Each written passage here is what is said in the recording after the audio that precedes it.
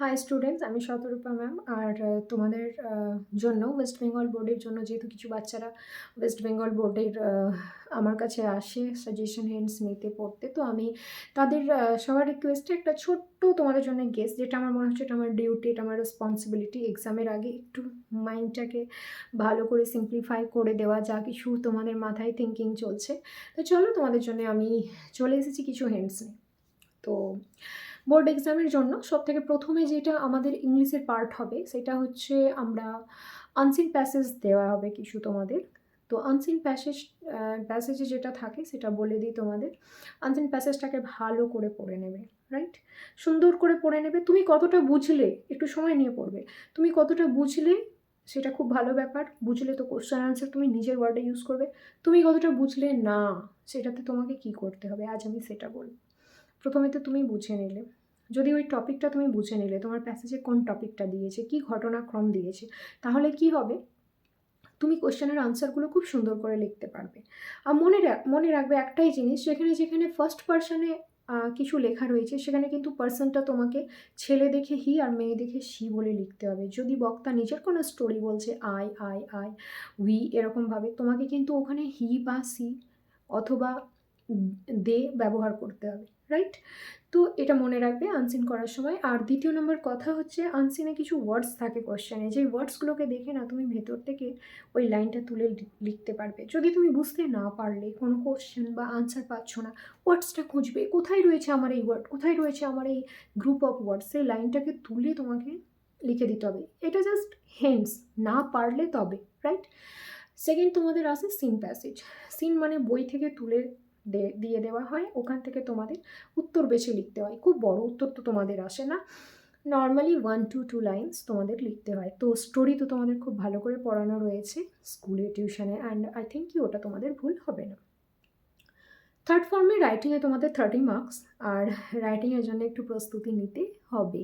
তাহলে শোনো, রাইটিংয়ে notice writing, report writing, letter writing, paragraph writing, এই 4টে রাইটিং ক্লাস 10-এ রয়েছে।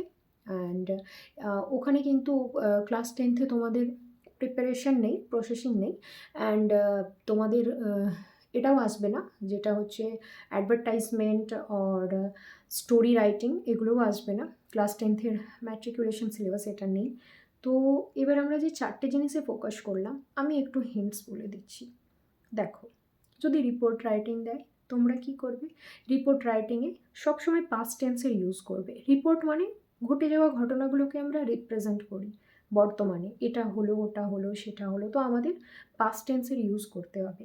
Last day, last night, last month দিয়ে রিপোর্ট শুরু করতে পারো, বা অন দ্য ডে, গত দিনে, অন দ্য ডে, তখন তুমি ওই দিন, গত দিনটা, আজ তোমার ইংলিশ এক্সাম, তো তুমি তার 5 দিন আগের ঘটনাটা ওতে লিখবে, ডেটটা মেনশন করবে, আর পাস্ট টেন্সের ইউজ করবে, একটা হেডিং দেবে, হ্যাঁ, আর প্লাস তার সাথে জায়গার নাম দেবে বাঁ দিকে লেফট সাইডে ওপরে হেডিংয়ের নিচে, আর ডেটটা দেবে, ঠিক? রিপোর্ট কমপ্লিট হয়ে যাবার পর তোমাকে অ্যাটলিস্ট চেষ্টা করতে হবে 60 to 80 ওয়ার্ডস, রাইট? আর যদি কোশ্চেনে বলা থাকে এত ওয়ার্ডে, তাহলে তোমাকে সেটাই করতে হবে। রিপোর্ট কমপ্লিট হয়ে গেল, অ্যান্ড লাস্টলি তুমি ওই রিপোর্টের যে মূল সার সেটা নিশ্চয়ই লিখবে। কারণ রিপোর্ট কিসের জন্য হয়? Bus accident, train accident, robbery, vaccination camp, তো কতজন পার্টিসিপেট করলো, কতজন, ধরো বাস অ্যাক্সিডেন্টে কতজন অ্যাক্সিডেন্ট হলো, কতজন ডেঙ্গু ক্যাম্পে পার্টিসিপেট করলো, এইগুলো ঘটনাক্রমগুলো আগে তুমি বাংলায় বুঝে নেবে, তারপর ওটাকে ট্রান্সলেট করবে। Report is clear. নোটিশে যাব। নোটিশ সবসময় কী হবে? Present continuous tense or future টেন্সে লিখবে তোমরা, বলি তোমাদের কারণ। নোটিশ আগামী ঘটনার ওপরে হয়, আমি নোটিশ দিচ্ছি তবে এই কাজটা হবে, তবে কিছু লোক আসবে। তো নোটিশের জন্য তোমাদের কি করতে হবে? প্রেজেন্ট কন্টিনিউয়াস টেন্স আমাদের ফিউচার ইনসিডেন্টসকে ইন্ডিকেট করে। যেমন the prime minister is coming tomorrow, এই সেন্টেন্সটা ভুল নয় গ্রামাটিক্যালি, কাল প্রাইম মিনিস্টার আসছেন, বাট এটা কিসে আছে? প্রেজেন্ট কন্টিনিউয়াস, বাট আমি ফিউচারের ঘটনাকে বর্ণনা দিচ্ছি এখানে।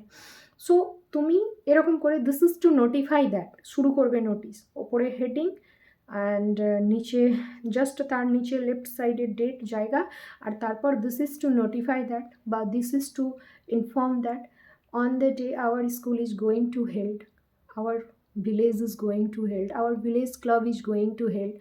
তো এরকমভাবে ইজ গোয়িং টু হেল্ড মানে হতে চলেছে আমাদের স্কুলে, ঠিক, আর সবটা তুমি ফিউচার টেন্সও ইউজ করতে পারো and present continuous tense, right.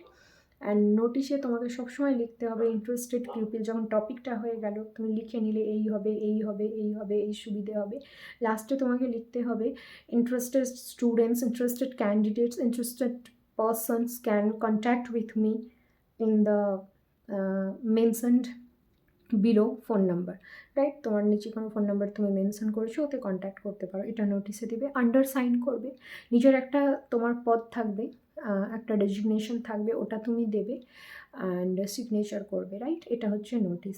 Letter writing, formal letter রাইটিংয়ে তোমাকে একটা সাবজেক্ট লাগে, তোমাকে টু দিয়ে সম্বোধন করে যে অফিসার আছেন তাদেরকে লিখতে হবে, ওপরে নিজের কিন্তু একটা অ্যাড্রেস লিখতে হবে, এটা আমি ভুলে গেছিলাম। ফর্মাল লেটারের ফর্ম্যাটটা বলে দিই, শুরুতেই প্রথমেই লেফট সাইডে নিজের অ্যাড্রেস, রাইট, পিনকোড, জায়গার নাম, বাস। নিচে তুমি এবার যাকে সম্বোধন করছো, তো সম্বোধন করছো যদি তুমি লিখছো যাকে, মিউনিসিপ্যাল অফিসারকে, টেলিফোন এক্সচেঞ্জ অফিসারকে, বিডিও স্যারকে, যাকেই লিখছো, হেডমাস্টারকে, প্রিন্সিপালকে, তো টু দ্য রেসপেক্টেড লিখলে, তারপর ওনার লোকেশনটা লিখলে, ওনার অফিসটা কোথায় ব্র্যাকেটে, তারপর তুমি একটু টপিকে এলে সাবজেক্ট, আর তারপর তোমার রেসপেক্টেড স্যার বলে with due respect I want to say, I want to state, একটু ফর্মালিটি দেখিয়ে ফর্মাল লেটারটা লিখতে হয়।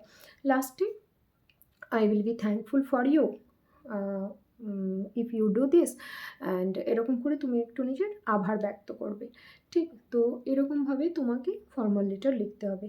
আর ইনফর্মাল লেটার খুব ইজি, ওটার জন্য তো ভাবার কিছু নেই, ওতে না সাবজেক্ট লাগে, না সম্বোধন লাগে, না কিছু। ডিয়ার পাপা, ডিয়ার ফ্রেন্ড, যেটা আমরা ফ্যামিলি ফ্রেন্ডকে লিখি। হচ্ছে এবার আমাদের যে প্যারাগ্রাফ রাইটিংটা আমরা কী করে করি। প্যারাগ্রাফ রাইটিং দেখো, যে কোনো প্যারাগ্রাফ রাইটিং, ট্রি প্ল্যান্টেশন হোক, ওমেন এডুকেশন ইন ইন্ডিয়া হোক, অথবা চাইল্ড এডুকেশন হোক, অথবা পোভার্টি ইন ইন্ডিয়া হোক, পপুলেশন অফ ইন্ডিয়া হোক, যা কিছু, ট্রি প্ল্যান্টেশন, যা কিছু, ভিলেজ লাইফ, এরকম। তো সবার ব্যাপারে না প্রথমে তার পরিচয় দেবে। প্যারাগ্রাফ রাইটিং প্রথম কাজ হচ্ছে ইন্ট্রোডাকশান, এটা কী, যেমন ধরো value of games and sports, তো আগে তোমাকে লিখতে হবে গেমস অ্যান্ড স্পোর্টস কী, গেমস অ্যান্ড স্পোর্টস কত রকমের হয়, আউটডোর হয়, ইনডোর হয়, হ্যাঁ, গেমস অ্যান্ড স্পোর্টসের আমাদের জীবনে কী ভূমিকা, এগুলো লিখলে, তারপরে লিখলে তার প্রফিট, তারপরে যদি কোনো টপিকে তুমি লসের কোনো ব্যাপার, যেমন আজকাল যদি তোমাকে লিখতে দেয় যে টেকনোলজি ইন এডুকেশন, তাহলে তুমি ওখানে কিছু ডিসঅ্যাডভান্টেজ লিখতে পারো, যে বাচ্চাদের চোখ খারাপ হচ্ছে, বাচ্চারা গেমে অ্যাডিক্টেড হয়ে যাচ্ছে এডুকেশনের দ্বারা, তো বাচ্চাদের সঙ্গে থাকতে হয় মা বাবাকে থ্রু এডুকেশন, তো ওটাও তুমি অ্যাপ্লাই করতে পারো, কিন্তু সব রাইটিংয়ে ডিসঅ্যাডভান্টেজ থাকে না। হলো, তারপর তোমার কনক্লুশনটা তুমি লাস্টে লিখে নিশ্চয়ই ফিনিশ করো, রাইট। আচ্ছা, জয়েনিংটা বুঝিয়ে দিয়েছিলাম, বাকি তোমরা যা যা করবে, ডিগ্রিটা নিশ্চয়ই group A, group B, very few যার পজিটিভ হয় তার comparative most other, superlative one of the, plus adjective 3, যার ভেরি ফিউ না হয়ে নো আদার হয় পজিটিভ, সেখানে আমরা অল আদার কম্পারেটিভে করি, অ্যান্ড সুপারলেটিভে only the best or the longest, এরকমভাবে লিখি। অ্যান্ড সবসময় মনে রাখতে হবে পজিটিভ ডিগ্রি নাউন টু, যার সাথে তুলনা করছিস তাকে প্রথমে নিয়ে শুরু হয়, আর কম্পারেটিভ সুপারলেটিভ নাউন 1, যার তুলনা করছি তাদেরকে প্রথমে লিখি, রাইট। এই কথাগুলো মাথায় রাখবে। ভয়েসগুলো করে নেবে তোমরা, ভয়েস যত টেন্সের ভয়েসেস আছে ওইগুলো করবে। মডেল ভার্বসের যেখানে আমরা বি ইউজ করি, মনে রাখবে আইএনজি থাকলে বিইং হয় কন্টিনিউয়াসের ভয়েসে, অ্যান্ড হ্যাজ হ্যাভ থাকলে বিন হয়। মডেল ভার্বসে বি হয়। অ্যান্ড আরও তো তোমরা যেটা মনে রাখবে সেটা আমি বলতে চাই, যে ভয়েসে তোমরা অর্ডার, রিকোয়েস্ট, অ্যাডভাইসের নিশ্চয়ই মনে রাখবে, কোথায় অ্যাডভাইস থাকলে শুড বি হয়, অর্ডার থাকলে লেট দিয়ে স্টার্ট হয়। অ্যান্ড ইন্ট্রোগেটিভ সেন্টেন্সের ভয়েসগুলো যেন করে রাখবে, ভুলবে না, রাইট। আর তার সাথে সাথে আমি তোমাদের আরেকটা বলে দিই, ন্যারেশনে রিপোর্টিং ভার্ব, রিপোর্টেড স্পিচটাকে ভালো করে দেখবে। রিপোর্টেড স্পিচের যত টেন্স আছে সব কিন্তু নিজের পাস্ট ফর্মে চলে যায়, প্রেজেন্ট কন্টিনিউয়াস, পাস্ট কন্টিনিউয়াস হয়, প্রেজেন্ট পারফেক্ট, পাস্ট পারফেক্ট হয়, তো এগুলো মনে রাখবে, টেবিল দিয়ে শেখানো হয়েছে তোমাদের। কিছু ওয়ার্ডস চেঞ্জ হয়। আর রিপোর্টেড স্পিচে থাকা ফার্স্ট পারসন রিপোর্টিং ভার্বের সাবজেক্টকে দেখে, রিপোর্টেড স্পিচে থাকা সেকেন্ড পারসন রিপোর্টিং ভার্বের অবজেক্টকে দেখে, and third person no change, right. এগুলো মনে রাখবে। অ্যান্ড রিমুভাল টুটাও করে রাখবে, ওটা তো বলেইছি তোমাদের, ওটা জয়েনিংও তোমাদের কাজে দেয়। অ্যান্ড এরপর প্রিপোজিশন আর্টিকেলস তোমাদের আছে, আর ফ্রেজাল ভার্ব, অন্তত 20টা 25টা ফ্রেজাল ভার্ব তো তোমাদের একদম মুখস্থ থাকা উচিত, রাইট। আর প্রিপোজিশন আর্টিকেলস জানোই, প্রিপোজিশন পজিশন দেখে পজিশনগুলোর নাম অ্যান্ড পজিশনগুলোর বাংলা মানে তোমাদের মনে রাখতে হবে। ইনটু, আন্ডার, অ্যাবোভ, ওভার কোথায় ইউজ হয়, in front of, behind, beside এগুলো, অ্যান্ড কোন কোন ওয়ার্ডের সাথে কী কী ইউজ হয়, satisfied with, addicted to, known to, এই জিনিসগুলো মনে রাখতে হবে। সবসময় ছোটো ইনন দিয়ে কাজ হবে না। অ্যান্ড তারপর তোমরা আর্টিকেলস এ এন ডি সাউন্ডের ওপর হয়, এটা মনে রাখবে। কখনোই আলফাবেট দেখে আর্টিকেল ইউজ করবে না, সাউন্ড শুনে করবে। আচ্ছা, তো এই হচ্ছে মোটামুটি। আর হ্যাঁ, ট্রান্সফরমেশন অফ সেন্টেন্সটাও আসবে, যেমন পজিটিভ থেকে নেগেটিভ করতে দেয়, বা এভরিওয়ান থাকলে হু ডাজ নট নো, এটা খুব বেশি আসে। তো ট্রান্সফরমেশন অফ সেন্টেন্সেসগুলো করে রাখবে, time and tense, model verbs. And I think এত সব কিছু তোমরা করে নেবে তো তোমাদের মার্কস ভালোই আসবে। আশা করি তোমরা আমাকে কমপ্লিট শুনেছো। কমপ্লিট যে শোনোনি না তাদের কিন্তু বলো নিশ্চয়ই, যেন কমপ্লিট দেখে, তাহলে ওদের একটু মাইন্ডে আসবে। অ্যান্ড এতটাই আমার, বেস্ট অফ লাক, খুব ভালো এক্সাম দাও, আগেও শিখতে থাকো। আমার দিক থেকে তোমাদের অনেক অনেক ব্লেসিংস। Thank you.